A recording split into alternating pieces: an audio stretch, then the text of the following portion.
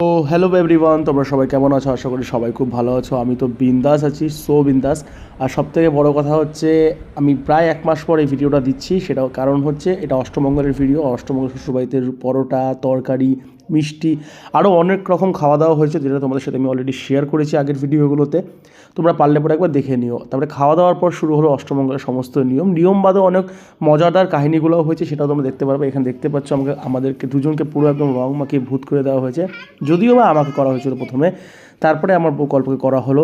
তো ধীরে ধীরে কী কী হচ্ছে কী না হচ্ছে তোমরা অবশ্যই দেখো। আর সত্যি কথা বলতে এই যে ছোটো ছোটো জিনিসগুলো, এই ছোটো ছোটো জিনিসগুলো সত্যি খুব দামি জিনিস একটা, আর সারা জীবনের স্মৃতি হয়ে থাকবে। তাই আমি চাই তোমাদের সাথেও শেয়ার করার জন্য।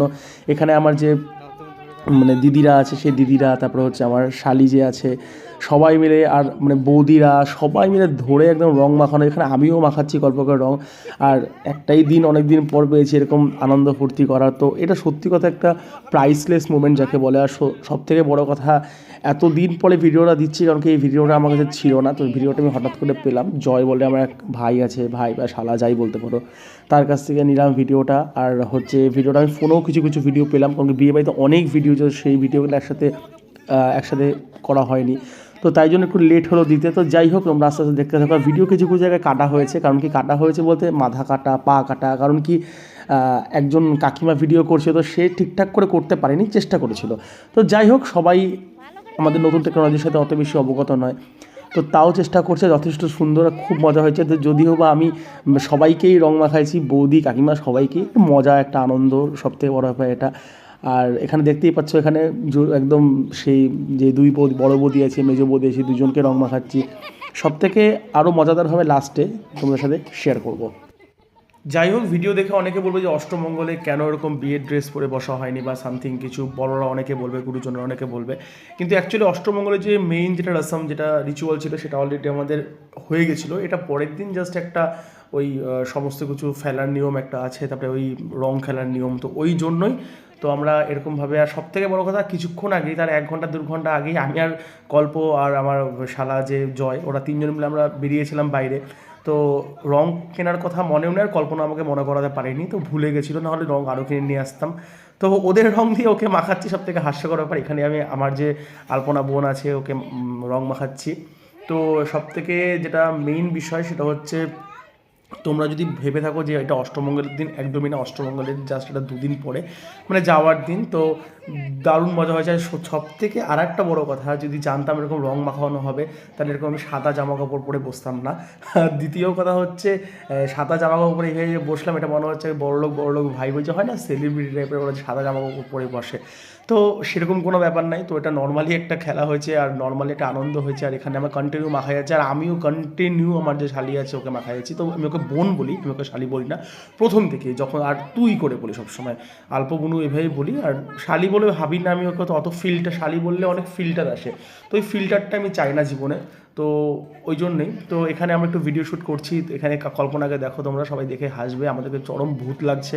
সাথে বৌদিরাও ছিল, বৌদিদেরকে আমি ভিডিওতে নিয়েছি। সবাই বলছে ব্লগে আসবে, ব্লগে আসবে, অবশ্যই ব্লগে আসবে। তারপরে কিছু নিয়ম থাকে এখানে, সেই কলার যেগুলাতে হয়, বিয়ে আমরা করেছিলাম, তো সেই জায়গাটাতে হচ্ছে ওটা ফেলতে হয় পুকুর বা নদীতে। তো ওদের বাড়ির সামনেই নদী আছে, তো ওখানে বেশ ছুঁড়ে ছুঁড়ে ফেলছিলাম। যদিও বা নদীতে এখন একদমই জল নাই দেখাচ্ছে, কিন্তু এখন রিসেন্টলি যে আমি গিয়েছিলাম আগের সপ্তাহে ওদের বাড়িতে, তখন আমি গিয়ে দেখছি যে নদীতে পুরো একদম জল, একদম পুরো ভর্তি হয়ে গেছে। মনে হচ্ছে সেদিনকে জল থাকলে ভালো হতো, তো কমসে কম একবার যাই আনন্দ ভর্তি করে আসতে পারতাম।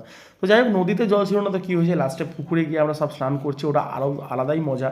তো সেটাও অবশ্যই ভিডিওর লাস্টে তোমরা দেখতে পারবে।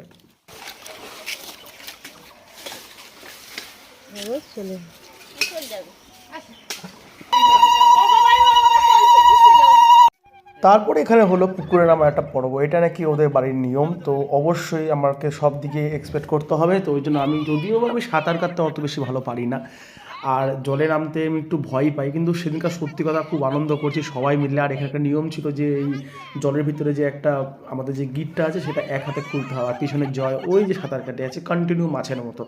তো যাই হোক, এই জিনিসটা করলাম, করিডোরে এনে তারপর মাছ ধরতে হয়, তো সেটা তো জীবনে আমি পারবো না।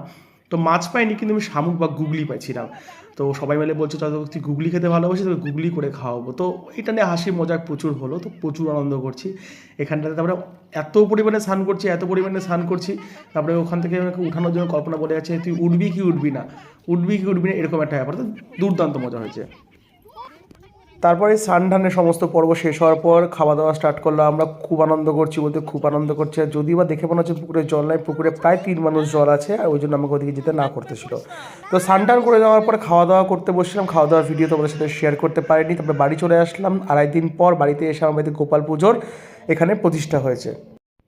তারপর গোপাল ঠাকুর প্রতিষ্ঠা হওয়ার পর একটু পুজো টুজো হলো, পুজো হওয়ার পরে একটু প্রসাদ খেয়ে আজকে দিনটা এভাবে শেষ হলো। ভিডিওটি ভালো লাগলে অবশ্যই লাইক শেয়ার অ্যান্ড সাবস্ক্রাইব, আর প্লিজ তোমরা সাপোর্ট করতে থাকো। Thank you for watching.